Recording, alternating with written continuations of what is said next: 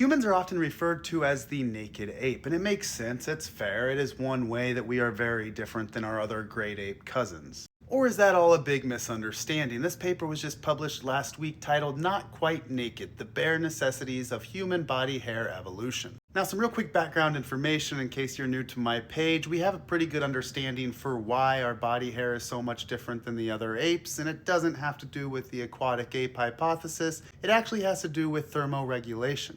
As the human lineage became less reliant on forests, our lifestyle changed quite a bit, and we were now having to move long distances across the heat of Africa, and bare skin, sweat actually evaporates off of it 2 to 3 times more efficiently than fur-covered skin. So lots of changes are occurring over this time period, and they're all kind of interconnected, and the decrease of body hair is one of those things. Now here's where we have to kind of change our thinking, because when we think about us versus chimpanzees, for example, it seems like they have a lot more hair. But that's not actually true. We have the same amount of hair, we just have more of this vellus hair, which allows for more efficient sweating. It also, there's some disadvantages. It's not nearly as protective against scratches, for example, but again, in our evolution, it was that sweating that really mattered. Terminal hairs are what cover the body of a chimpanzee, and baby chimpanzees are born with terminal hair all over their body for the most part. I guess maybe not like lips, for example.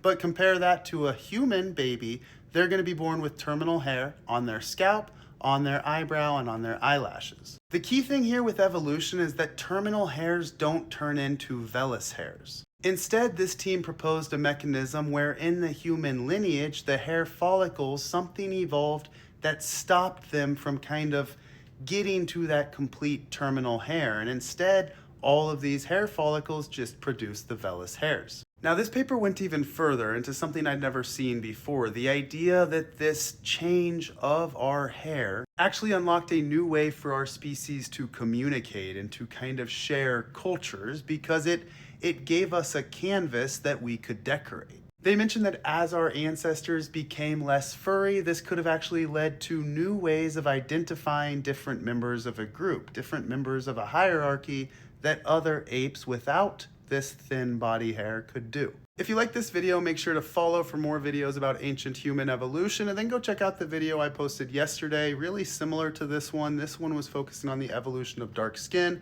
Both of these videos come from papers that were just published last week.